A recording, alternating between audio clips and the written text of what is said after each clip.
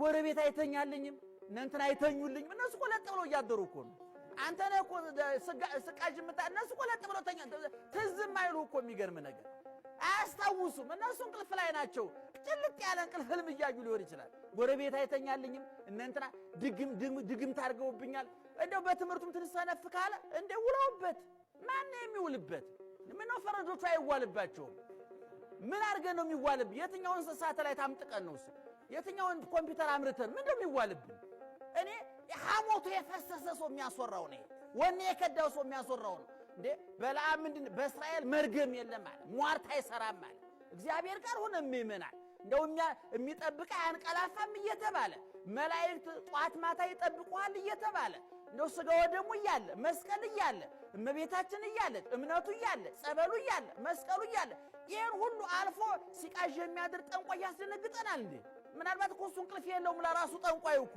ጅንስ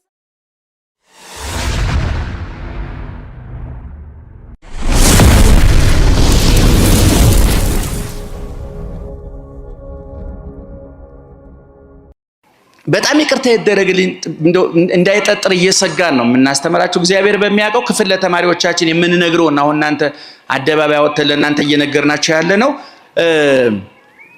መጽሐፍ ቅዱስ ሐዲስ ኪዳን ልበል ሐዲስ ኪዳን በሉ እስኪ ምን አልኳችሁ ሐዲስ ኪዳን መጽሐፍ ቅዱስ ውስጥ ያለው የሐዲስ ኪዳኑ ክፍል 27 ነው እንዴ 66 ዓለም ተስማመችበታል የሚለውን ማለት ነው ከማቴዎስ ወንጌል እስከ ዮሐንስ ራእይ ድረስ ከማን ወንጌል እስከ ማን ድረስ እስከ ዮሐንስ ራእይ ድረስ 27 መጻሕፍት ናቸው እነዚህ 27 መጻሕፍት 8 ሰዎች ናቸው የጻፏቸው ማቴዎስ 1 ማርቆስ 1 ሉቃስ 2 ዮሐንስ 5 አቤት ጳውሎስ ቅዱስ ጳውሎስ 14 ስንት 23 ጴጥሮስ 2 ያዕቆብ 1 ይሁዳ 1 ጠቅላላ ስንት ሆነ 27 በመመናን ይሄ መድኃኒታችን የታዘዘበት የቤታችን ካርታ መድኃኒታችን የታዘዘበት የመድኃኒት ወረቀታችን የቤታችን ካርታ ያለበት ኮምፓሳችን ሁሉም መጽሐፍ ቅዱስ የመንግስተ ሰማያት ካርታ ነው ምክንያቱም መንግስተ ሰማያት ከገባን በኋላ መጽሐፍ ቅዱስ አያስፈልግም ወደዛ እስከምንደርስ ድረስ ነው መቼም ጂፒኤስ ተጠቀማላችሁ አይደል ምን እስከምታደርጉ ጂፒኤስ የሚያገለግለው ቦታው እስከምትደርሱ ነው አይደል ከደረሳችሁ በኋላ ምን ታደርጉላላችሁ ኦፍ ታደርጉታላችሁ እኛም ክርስቶስን ካገኘን በኋላ መጽሐፍ ቅዱስ ኦፍ እናደርገዋለን ከወረቀት ጋር ጉዳይ ይል ባለቤቱን ዋናውን አግኝተነዋል እንደውም ሄኖክ የሚለው ምንድነው የሰው ልጅ እንደውም እግዚአብሔር ጋር ለመኖር ተፈጥሮ እስመ የተፈጠረ ሰብ ለዚህ ከመዝ ከማያጽኑ ሃይማኖቱን በበረቅ ወበቀለም የሰው ልጅ ሃይማኖቱን በወረቀት እየጻፈ በክርታስ እየከረተሰ ሊኖር አልተፈጠረም ራሱ መጽሐፍ ነበረ ግን ራሱን አዋርዶ እምነቱን ከወረቀት ራሱ የሚፈልግ ለክደት የተጋለጠ የዲያብሎስ መጫወቻ ሆነ ብሏል ሄኖክና እንግዲህ ቅድም እንዳልኳችሁ የሐዲስ ኪዳን መጽሐፍ ስንት ናቸው አልኳችሁ 27 አሁን እነዚህ 27ቱን መጻሕፍት ምእመናን 8 ሰዎች ናቸው የጻፉት 8 ሰዎች የጻፉት እንጂ በቦታ በጊዜ በቋንቋ ተለያይተው ነው የጻፉት ልብ አድርጉ በቦታ በተለያየ ሀገር ነው የጻፉት በቋንቋ በተለያየ ቋንቋ ነው የጻፉት በጊዜ በተለያየ ዘመን ነው የጻፉት ነገር ግን በተለያየ ቦታ በተለያየ ዘመን በተለያየ ቋንቋ ቢጽፉትም አጻፊው አንድ መንፈስ ቅዱስ ስለሆነ የ27 ሁሉ መጻሕፍት 8ቱ ጸሐፍት የጻፏቸው 27 ሁሉ መጻሕፍት ስለማን ነው የሚናገሩት ስለ ኢየሱስ ክርስቶስ ነው ይሄን ለማለት የፈለኩት ለምንድን ነው ከ27ቱ አንዱን ብቻ አንጠልጥለን ማመን መካድም አንችልም አሁን ብዙ ጊዜ የመናፍቃን ችግራቸው ምንድነው ሮሜ 8:34ን ነጥቀው ሄዱ ልላቸው የፈለኩት ምንድነው አንዱ መጽሐፍ ላይ ስታገኙ ቆይ እስቲ ቅዱስ ጳውሎስ በዚህ ጉዳይ ይሄን ተናገረ እንዴ ማቴዎስስ ምን ብሎ ይሆን ሉቃስስ ምን ብሎ ይሆን ማርቆስስ ምን ብሎ ይሆን ዮሐንስ ለምሳሌ አንድ ነገር ልንገራችሁ በማቴዎስ ወንጌል ምዕራፍ 28 ቁጥር 19 ላይ ኢየሱስ ክርስቶስ እንዲህ ብሎ ተናገረ ወእንዘ ታጠምቅወሙ በሉ በስመ አብ ወወልድ ወመንፈስ ቅዱስ በአብ በወልድ በመንፈስ ቅዱስ ስም እያጠመቃችሁ ደቀ መዛሙርቴ አድርጓቸው። በማን ስም አጥምቋቸው አለ? በአብ በሉ በአብ በወልድ በመንፈስ ቅዱስ ስም አጥምቋቸው። ስለዚህ ዛሬ ቤተክርስቲያን መጥቶ የ40 የ80 ቀን ህፃናት መጥተው ከዛም በላይ ትልልቅ ሰዎች መጥተው ሲጠመቁ ክርስትና ሲነሱ በማን ስም ነው የምናጠምቃቸው? በአብ በወልድ በመንፈስ ቅዱስ ወይ ስንጠቀልለው በስላሴ ስም ነው የምናጠምቃቸው። በአብ በወልድ በመንፈስ ቅዱስ ስም አጥምቋቸው ብሎ ያዘዘው ራሱ ኢየሱስ ክርስቶስ ነው። ምእመናን ማን ያዘዘው? ከአብ ከወልድ አብ ወልድ መንፈስ ቅዱስ ከሶስቱ አንዱ ወልድ ማለት ነው። በእኔ በአባቴና በመንፈስ ቅዱስ ስም አጥምቁ እስከ ዓለም ፍጻሜ እኔ ከናንተ ጋር ነኝ ብሎ የዛሬ 2000 ዓመት ተናግሯል። ዛሬ መምህር ገብረ ማርያምና መምህር ወልደ ማርያም ሲያጠምቁ የዛሬ 2000 ዓመት የነበረውን የክርስቶስን ቃል እየፈጸሙ ነው። ምክንያቱም ክርስቶስ እስከ ዓለም ፍጻሜ ከናንተ ጋር ነኝ ማለት ከጴጥሮስ ከጳውሎስ ጋር ብቻ ማለት አይደለም። ከኛም ጋራ እዚህ ያሉ ካህናት ራሳቸው የጴጥሮስ የጳውሎስ የሐዋርያት ወራሾች ስለሆኑ ማለት ነው። ስለዚህ ኢየሱስ ክርስቶስ አሁን በማን ስም አጥምቋቸው አለ? በአብ በወልድ በመንፈስ ቅዱስ ስም አጥምቋቸው አለ። ስለዚህ በዚህ ምንባብ መሰረት ሰው መጠመቅ ያለበት በማን ስም ነው? በአብ በወልድ በመንፈስ ቅዱስ ስም ነው አይደለም? ማን ነው ያዘዘው ብያቸዋለሁ? ራሱ ኢየሱስ ክርስቶስ። የጻፈው ማን ነው? ማቴዎስ በምዕራፍ ስንት? በምዕራፍ 28 ቁጥር 19 ላይ ይሄን ትምህርት ሲሰጥ እዛው ካጠገቡ የነበረው በጆሮው የሰማ በዓይኑ ያየ በእጁ የዳሰሰ ፊት ለፊት ተቀምጦ የሰማው በጎችን ጠብቅ ግልገሎችን ጠብቅ ጠቦቶችን ጠብቅ ተብሎ ሹመት የሰጠው የመንግስተ ሰማያት ቁልፍ የተሰጠው በምድር ያሰርከው በሰማይ የታሰረ ይሆናል፣ በምድር የፈታው በሰማይ የተፈታ ይሆናል ተብሎ ምስጢር የተሰጠው ሹመት ስልጣን የተሰጠው ቅዱስ ጴጥሮስ እዛው ቦታ ላይ ነበር። ማን ሲያስተምር? ክርስቶስ። ምን ብሎ ሲያስተምር? በአብ በወልድ በመንፈስ ቅዱስ ስም አጥምቋቸው ሲል እንደገና ራሱ ቅዱስ ጴጥሮስ ይሄን ትምህርት የሰማው የጌታውን ትምህርት የሰማው ቅዱስ ጴጥሮስ ኢየሱስ ክርስቶስ ሙቶ ተነስቶ ካረገ መንፈስ ቅዱስን ከላከላቸው በኋላ በመንፈስ ቅዱስ ተቃኝተው ተለውጠው ተቀይረው ቋንቋ ተገልጦላቸው ምስጢር ተገልጦላቸው ያረጀ አይምሯቸው ታድሶ ፈሪ ልቦናቸው ጀግኖ ተቀይረው ተለውጠው ሲያስተምሩ በኢየሱስ ንስሐ እየገባችሁ በኢየሱስ ክርስቶስም ተጠመቋል። ደህና ዋላችሁ። በማን ስም ተጠመቁ አለ? ማን ያለው? ማን ያለው? ጴጥሮስ። ቅድም ግን የተባለ ክርስቶስ ያስተማረ ምን ብሎ ነው? በማን ስም አጥምቋቸው አለ? ስለዚህ በማን ስም እንደ ክርስቶስ ትምህርት በማን ስም መጠመቅ አለብን? በአብ በወልድ በመንፈስ ቅዱስ መጠመቅ አለብን ማለት ነው። በማቴዎስ ወንጌል ላይ ከ27ቱ መጻሕፍት አንዱ የማን ወንጌል ነው? የማቴዎስ ወንጌል ነው። ልብ አድርጉ። ሌላ ቅዱስ ጴጥሮስ ደግሞ እንደገና ንስሐ እየገባችሁ በኢየሱስ ክርስቶስም ተጠመቁ አለ። ይሄ ትምህርት የተለያየ ነው አይደለም? ሐቁን ነገሩ ግድ የላችሁም፣ አይዟችሁ። ላብራራው ስለሆነ ነው በሉ። አልተለያየም። ልድገመው ጥያቄውን። ክርስቶስ በማን ስም አጥምቁ አለ? ቅዱስ ጴጥሮስ በማን ስም ተጠመቁ አለ? ስለዚህ የጴጥሮስ ነው የክርስቶስን ትምህርት ነው መያዝ ያለብን። አቤት ሁለቱም የት ነው ያለው? መጽሐፍ ቅዱስ ውስጥ ሁለቱም የት ነው ያለው? ቅድም ስንት መጽሐፍ ቆጠርን? ከ27ቱ አንዱ ማቴዎስ በማን ስም አጥምቁ አለ ክርስቶስ? በአብ በወልድ በመንፈስ ቅዱስ ስም። ሌላ ሉቃስ ስንት መጽሐፍ ጽፏል ብያችኋለሁ? ሁለት ብያችሁ። አንዱ ወንጌል ነው፣ አንዱ የሐዋርያት ሥራ ነው። አሁን የጴጥሮስን የጠቀስኩላችሁ ከሐዋርያት ሥራ ምዕራፍ 2 ቁጥር 37 ላይ ነው። አሁን ይሄ እርቅ የሚባል አለ። ምእመናን ሰው ሲጣላ የሚያስታርቅ ሰው አለ አይደል? ዛሬ እንኳን የሚያስታርቅ የለም፣ ታውቁታላችሁ። ላስታርቅ ሄዶ ሰውየው እንኳን መጥፎ ነው ግን አብራችሁ ብትኖር እኮ ጥሩ ነው አላሉ ሽማግሌ። ከሰውየው ቂም አለው አሉ። ባልና ሚስት ሊያስታርቅ ሄዶ እኮ ነው። ሰውየው አውሬ ነው፣ እንዴት እሱ ጋር እንደኖር ሻላቅም ግን አብራችሁ ኑሩ። አሁን የሰውየ ሰዓት ለኩሶ አንድ ዶነ የመጣው የዛሬ ሽማግሌ አስታርቅ ብል ነገር አጣሞ ይመጣል ይላሉ አባቶቻችን። መጻሕፍትም እንደ ሰው ይጣላሉ እያልኳቸው ነው። እኔ ልክ አበበና ከበደ ተጣልተው በቦክስ ጥርስ እንደሚራገፉት ሁሉ መጻሕፍት ደግሞ እርስ በርሳቸው ይደባደባሉ። አስታራቂያቸው ማን ነው ሲባል ሊቃውንት ናቸው፣ መምህራን ናቸው። እየሰማችሁ ነው? መምህራን ናቸው። መጻሕፍት አስታራቂ ሽማግሌዎቻቸው ሊቃውንት ናቸው።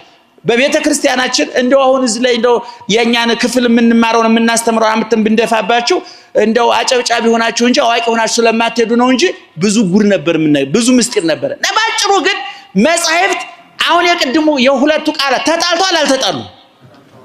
ሰምታችሁኛል? ተጣልቷል አልተጣሉም? አንደኛው ምን አለ? ባለቤቱ ምን አለ? እሺ ጴጥሮስ ምን አለ? ስለዚህ አሁን ሁለቱም ውሸት ነው እንዳንል ሁለቱም የት ነው ያለው? መጽሐፍ ቅዱስ ከዮሐንስ ከኦሪት ዘፍጥረት እስከ ዮሐንስ ራእይ ድረስ እውነት ነው ሐሰት? ልክ ነው አይደለም? የማን ቃል ነው? የእግዚአብሔር ቃል። ስህተት አለበት? ውሸት አለበት? አንዱን ጥለን አንዱን አንጠልጥለን አንዱን ሰርዘን አንዱን ደልዘን መሄድ እንችላለን? አንችልም።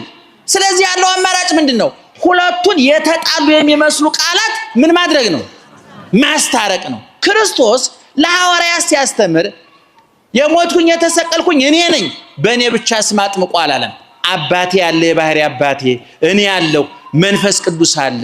ስለዚህ ማንም ሰው መንግስተ ሰማያት የሚገባው ልጅነት የሚያገኘው በማን ስም ሲጠመቅ ነው? በአብ በወልድ በመንፈስ ቅዱስም ሲጠመቅ። ታዲያ ደቀ መዝሙሩ፣ ባሪያው፣ ታዛዡ፣ ተላላኪው ቅዱስ ጴጥሮስ እዛው ቁጭ ብሎ ሰምቶ ተምሮ ትምህርቱን ማፍረሱ ነው ወይ ቢባል አይደለም። ልብ አድርጉ።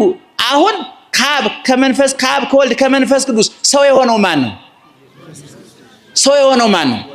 ስጋዬን የበላ ደሜን የጠጣ የዘላለም ሕይወት አለው ያለን አብ ነው መንፈስ ቅዱስ? ንገሩኝ። አብ ነው ወልድ?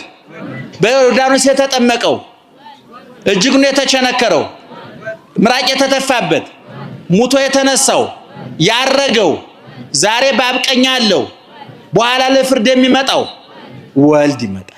አሁን እነዚህ ቅዱስ ጴጥሮስ እያስተማራቸው ያሉ ሰዎች እግዚአብሔር መኖሩን የሚያውቁ ናቸው። እግዚአብሔር ዓለምን ፈጠረ፣ እግዚአብሔር ሰማይና ምድርን ፈጠረ ብለው የሚያምኑ ሰዎች ናቸው። አሁን ለእነዚህ ሰዎች አዲሱ ትምህርት ምንድነው? ኢየሱስ ክርስቶስ ሰው ሆኗል፣ ስጋ ለብሷል፣ ቃል ስጋ ሆኗል። በመጀመሪያ ቃል ነበረ፣ ቃል በእግዚአብሔር ዘንድ ነበረ፣ ቃልም እግዚአብሔር ነበረ፣ ሁሉ በሱ ሆነ፣ ያለሱ የሆነ ምንም የለም ተብሎ የተነገረለት ሰማያዊ ቀዳማዊ አልፋና ኦሜጋ ርዕስ ወማይለቅ ፊተኛና ኋለኛው ሰማይ ዙፋኑ ምድር የእግሩ መረገጫ የሆነችለት እግዚአብሔር ወልድ አሁን ሰው ሆኖ ስጋ ለብሶ ሙቶ ተሰቅሎ አድኗቸዋል። ስለዚህ በኢየሱስ ክርስቶስም ተጠመቁ ማለት ምንድነው? ስሙ ሕይወት መድኃኒት እንደሆነ አውቃችሁ ማለት ነው። ደህና ዋላችሁ? እየሰማችሁ ነው? አሁን ቅዱስ ጴጥሮስ በማን ስም ተጠመቁ አለ? ኢየሱስ ክርስቶስ ስሙ ምንድነው ብያችኋለሁ? ሕይወት ነው። ከስሙ ወጸገወ ስመ ዘየዐቢ እማስማቲሆሙ ከስሞች ሁሉ የበለጠ ምን ሰጠው ይላል? ስም ሰጠው ይላል። የገብርኤል ስም፣ የሚካኤል ስም፣ የድንግል ማርያም ስም፣ የጊዮርጊስ ስም አንድ ላይ ቢጨፈለቅ ይህን ስም አይተካም። ይሄ ስም ዘላለማዊ ስም ነው። ይሄ ስም ፈዋይ ስም ነው። ይሄ ስም የኛ ስም ታውቁታላችሁ። ከጊዜ ብዛት እየከሸፈ የሆነ ጊዜ ሀብታሙ የተባለ ሰውዬ እኮ የኔ ቢጤ ሊሆን ይችላል። መድኃኒት የተባለ ሴትዮ ለራሷ በበሽታ የምትማቀቅ ልትሆን ትችላለች። ወይዘሮ ፀሐይ ተብለው ሴትዮዋ ጥቁር ሊሆኑ ይችላሉ። ብርሃኑ ተብሎ አይነ ስውር ሊቀ ብርሃናት ብለውት አንድ አይነ ስውር ነው ሰውየውና ሊቀ ብርሃናት አሉ። የብርሃናት አለቃ ማለት እኮ ነው። ሰውየው አይነ ስውር ነው አሉ። እንዴ አረባ ካብሮ ሄደ በጥባጩን መላከ ሰላም አሉት አሉ። አረ የለም መላከ ሰላም አይባልም፣ መላከ ጸብም አይባልም፣ ያጣላል። መላከ ሰላምም እና አሁን የክርስቶስ ስም ምትክ አልባ ነው። እየሰማችሁ ነው የሚመናል። ይሄ ስም ውድ ስም ነው፣ ሕያው ስም ነው። ከሰማይ በታች እንድንድንበት የተሰጠ ሌላ ስም አለ? በደንብ ንገሩኝ። አለ? የለም፣ በፍጹም የለም። ኦርቶዶክሳዊ ተዋሕዶ ቤተክርስቲያን ይሄን ስም በምንም ተክተው አታውቅም። ይሄ ስም የሐዲስ ኪዳን ስም ነው፣ የድህነት ስም ነው፣ የስጋዌ ስም ነው። መቼ የተሰጠ? ቃል ስጋ ሲሆን ከእመቤታችን ሲዋሃድ እመቤታችን እንደ ቃል ይደረግልኝ ስትል ጸነሰች ነው ምን ለዋለም። ስትጸንስ ቃል በማን ማህፀን አደረ? በድንግል ማርያም ማህፀን አደረ። ከስጋዋ ስጋ ነሳና ተጸነሰ። መድኃኒታችን ያን ጊዜ ተጸነሰ ማለት ሲወለድ ልክ እመቤታችን ስትወልድ እናንተ ለልጆቻችሁ ስም እንደምታወጡት ምን የሚል ስም ወጣለት? ኢየሱስ የሚል ስም ወጣለት። ክርስቶስ የሚል ስም ወጣለት። ይሄ ስም አዲስ ስም ነው። ከስጋ ጋር የተዋሃደ ሰው የሆነ የተራበ የተጠማ የተቸነከረ የተሰቀለ የተገነዘ የተቀበረ የተነሳ ያረገ መልሶ የሚመጣ በስሙ የኃጢአት ስርየት የተሰበከበት ስሙ ዳቦ ነው ይበላል፣ ስሙ ውሃ ነው ይጠጣል፣ ስሙ ልብስ ነው ይለበሳል፣ ስሙ ብርሃን ነው ጨለማ ይገፋል፣ ሕይወት ነው ሞትን ይሽራል፣ ትንሣኤ ነው መቃብርን ባዶ ያስቀራል። ስለዚህ ቅዱስ ጴጥሮስ ምን አለ? በኢየሱስ ክርስቶስ ስም ምን አሉ? ስሙ ምን እንደሆነ አምናችሁ ማለት ነው። አቤት መድኃኒትና ሕይወት እንደሆነ አምናችሁ። ስለዚህ ዋናው መጠመቅ ያለብን በማን ስም ነው? ማን እንዳስተማረን? ቅዱስ ጴጥሮስ በክርስቶስም ተጠመቁ ሲል ያንን ማፍረሱ ነው አይደለም፣ የበለጠ አጸን ነው። ይሄን እንደው ወደፊት ደግመን ስናስረዳቸው ይገባቸው ብለን ተስፋ እናድርግ። አሁንም ገብቷቸው ፊታቸው ያስታውቃው ነው ለምናገር። ደህና መሻቸው። እንግዲህ ቅድም እንደተባለው አሁን ሮሜ 8:34 ላይ ሁሉ ጊዜ የሚጠቀጥ ስለኛ የሚማልደው የሚል እንደው በጣም ከመስማታችን የተነሳ ወጥ እጅ ሲነካው ምን አለ ነው የሚባለው። ይሄ ጥቅሱ በጣም ከመደጋገሙ ጆሮ አለ እንዴ ጆሮ አለ ባለው የሆነ ወሬ ሲደጋገም እኮ ጆሮ አለ መባል አለበት አይደለም። እንደ መንገድም ሲበዛ ግርግር አለ መባል አለበት። ሁሉም እኮ አለ። አሁን በጣም ተደጋግሞ ተጠቀሰ። ቅዱስ ጳውሎስ ይሄን ማለቱ ምን ማለት ወደ ኋላ እኮ ቁጥር 31 ጀምራን በውስጥ ህሊና ያያል በውስጥ እንግዲህ ስለዚህ ነገር ምን እንላለን? እግዚአብሔር ከኛ ጋር ከሆነ ማን ይቃወመናል? ለገዛ ልጁ ያራራለት ነገር ግን ስለ ሁላችን አሳልፎ የሰጠው ያው ከእርሱ ጋር ደግሞ ሁሉን ነገር እንዲያው እንዴት አይሰጠንም? እግዚአብሔር የመረጣቸውን ማን ይከሳቸዋል? የሚያጸድቅ እግዚአብሔር ነው። የሚኮንንስ ማን ነው? የሞተው ይልቁንም ከሙታን የተነሳው በእግዚአብሔር ቀኝ ያለው ደግሞ ስለኛ የሚማልደው ክርስቶስ ኢየሱስ ነው። የሚያጸድቅ እግዚአብሔር ነው። የሚኮንን ማን ነው? እግዚአብሔር ራሱ ኢየሱስ ክርስቶስ ነው። ስለዚህ ኢየሱስ ክርስቶስ የምንድንባቸውን ማስረጃው መንገዶች ነው። ቅድም ነግሬያቸዋለሁ። በልጁ ያመነ ስጋዬን የበላ ደሜን የጠጣ ያመነ የተጠመቀ በደቀ መዝሙር ስም ቀዝቃዛ ውሃ ያጠጣ ዋጋው በኋላ ደግሞ ራሱ ባለቤቱ ስመጣ ብሏል። እንደው በእውነቱ ሐዋርያ ያልተናገረው ነብይ መልአክ ራሱ ባለቤቱ የተናገረው ምንድነው ያለን? በኋላ ስመጣ በዙፋን ተቀምጬ ይላል ባለቤቱ ከመይፈልጥ ኖላዊ አባጋ ማጣሊ በጎቹን ከፍየሎቹ ለይቶ ፍየሎች ከበጎቹ ለይቶ በየቦታቸው እንደሚያደርጋቸው እረኛው እኔም ጻርቃንን በቀኜ ኃጣንን በግራዬ አቆማቸዋለሁ ይልና ጻርቃንን እናንተ የአባቴ ቡሩካን ወደ ዘላለም ሕይወት ግቡ ይላቸው ምን ስላደረጉ? የተራበ ጮክ ብሎ የተራበ የተጠማ የተራቆተ እንግዳ የታሰረ የታመመ ስለጠየቁ ምን እላቸዋለሁ አለ? ወደ ዘላለም ሕይወት ግቡ እላቸዋለሁ። ይሄንን ሲያደርግ ቆይ ለአባቴ ነግሬ አስገባቸዋለሁ ብሏል? ንገሩኝ። ለአባቴ ነግሬ አስገባቸዋለሁ ብሏል? አላለም። እንደገና በሉቃስ ወንጌል ምዕራፍ 23 ቁጥር 46 አካባቢ ስታነቡ ኢየሱስ ክርስቶስ እንደዚህ ተሰቅሎ ሳለ መሃል ላይ ክርስቶስ በቀኝ አንድ ወንበዴ በግራ አንድ ወንበዴ ተሰቅለው ነበር። በግራ የተሰቀለውን ታውት ራሱን የረሳ ነው፣ እኛ ልናስታውሰው አንችልም። መከራ ያላስተማረው እንደባለገ ኑሮ እንደባለገ ሞት ራሱን ያዋረደው ምን እናርገውኛ? እግዚአብሔር ራሱን ያዋረኛል እናከብረው አንችልም። በስተቀኝ የተሰቀለው ግን ምን አለ? አየ ታምራት ይደረግ። ጠላቶቹ ይሰድቡታል፣ እሱ ግን የሚያደርጉትን አያውቁምና ይቅር በላቸው ይላል። ጠላቶቹ ይሳደባሉ፣ ይጮሃሉ፣ እጁን ይቸነክራሉ፣ እግሩን ይቸነክራሉ፣ ውር ይላሉ። መዶሻውን አንጣ ሚስማሩን አንጣ እየተባሉ የመከራ ማዕት ያወርዱበታል ክርስቶስ ላይ። ክርስቶስ ግን መልሶ ምን ይላል? አባቶይ የሚያደርጉትን አያውቁምና ይቅር በላቸው። እነሱ መራራ ነገር ባፉ ይጨምራሉ፣ እሱ ደግሞ ከውስጥ ጣፋጭ ነገር አወጣ። እንደውም የግቢ ተማሪዎች ይኖራሉ ብዬ አስባለሁና አንዱ ባለቅኔ እንዲህ አለ ይወለጠ ብነ ጣዕመ መረራየከ መረራ ሐሞት ወአፍ ሐሞት ዘትበልኦ እስመ ለመሪር ሐሞት ጣዕመ ቃልከ አጥፎ አለ ባለቅኔ። የጥንት ቅኔ ነው እንግዲህ ካህናቱ ይሰሙታል። ምእመናን ለእነሱም ትንሽ ጣል እናርግላቸው ብዬ ነው። ደህና ዋላችሁ።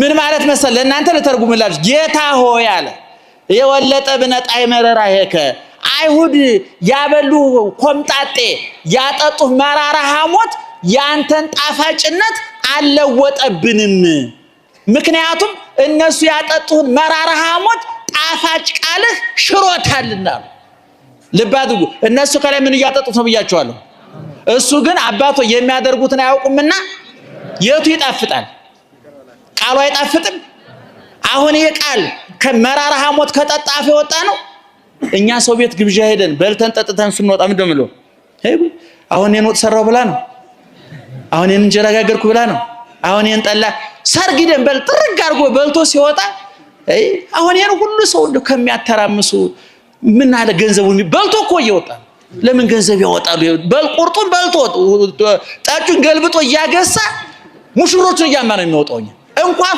ኮምጣጤ ጠጥተን ጠጅ ጠጥተን እኮ ምስጋና የለንም እኛ ክፉዎች ነን ባለቤቱ ግን ሐሞት ኮምጣጤ እየጋቱት እሱ ምን አለ የሚያደርጉትን አያውቁምና እና ባለቀሌን ገልብጦ ምን አለ ጌታ ሆይ የጠጣው ሐሞትና ኮምጣጤ ጣፋጭ ቃልን አላመረረብንም አለ እና ቅድም እንደነገርኳችሁ እዛ ተሰቅሎ ሳለ ይሄ በስተቀኝ የተሰቀለው ወንበዴ አየ የሚያየው ነገር የተገላቢጦሽ ነው እነሱ ሁለቱ የተሰቀሉት አቀማንሷቸው ነው ማምለስ ስላልቻሉ ነው እጅግራቸውን ተጠፍረው ህዝቡን አንገሽግሸው ክርስቶስ በ3 አመት ወደ ግብጽ ሲሰደድ እነሱ ሌቦች ነበሩ ይገርማቸዋል ከ33 አመት ሊሞት ሲመጣም እነሱ ሌቦች ናቸው እድሜያቸውን የጨረሱ በግፍ ነው ሴት በመድፈር ገንዘብ በመዝረፍ ሰው በመግደል ቤት በማቃጠል ህብረተሰቡን ያንገሸገሹ ሌቦች ናቸው እና ይሄ በስተቀኝ የተሰቀለው ምን አለ በጣም የሚገርም ወንበዴ ነው እውነቱን ለመናገርና እባክህ በመንግስት ስትመጣ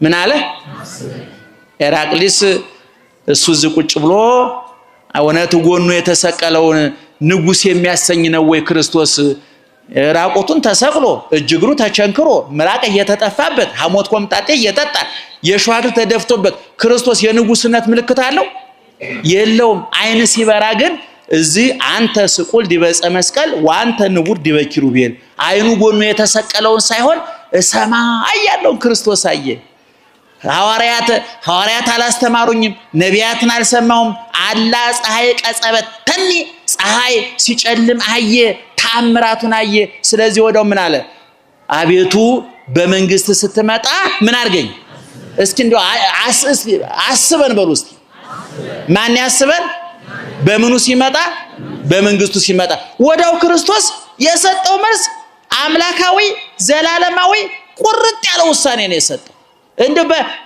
በነገራችን ላይ የመጽሐፍ ቅዱስ ሊቃውንት ምን ይላሉ በዓለም ላይ ቶሎ ፈጥኖ መልስ ያገኘ ጸሎት እንደዚህ ሰው ያለ ጸሎት የለም ይባላል እዛው ጸለየ የሰውዬ የሚገርማችሁ ከሞላ ጎደል እኮ የሞተ ያለ ሰውዬ እኮ ነው ወኔ ወደ ግሩ አካባቢ ሳይሞት ይቀርባል ነው አንተ ተጋምሷል እውነቴን እኮ ነው እያጣጣረ እኮ ነው እየሞተ ያለ ማርያም እውነቴን ነው እየሞተ ያለ ሰው ተንጠልጥሎ የዋለ ሰው ግን እግዚአብሔር ምን አለ እኔ በጣም ነው የሚገኝ ማርያምን ተስፋዬ ይለመልማል ወዳው ምን አለ ዛሬ ከኔ ጋራ በገነት ትሆናለህ አንተ ተቀድሞ ወያ ለአዳም ወስተገን ከአዳም አስቀድ የት ትገባለህ አሁን ይሄ ሰውዬ በመንግስት አስበ ሲለው ክርስቶስ እስቲ ቆይ ማመልከቻ ጥሩ ነው ጸሎቱ ጥሩ ነው ልባም ሰው ነው ለማንኛውም ላብ ልንገረውና መልሱን እነግራለሁ ብሎታል አላ ወሳኝ አምላክ ነው እግዚአብሔር ያጸደቀ እግዚአብሔር የሚኮንንስ ማን ነው የሚማልደው ማን መማለድ ማለት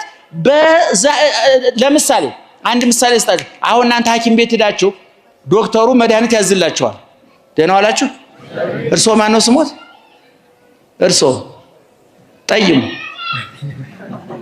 እርሶ ጣቴን ያነጣጠርኩበት መቼም የሆነ ሰው ላይ ሳላነጣጠር አልቀርም ብዬ ይንገሩኝ ማን ነው ስሞት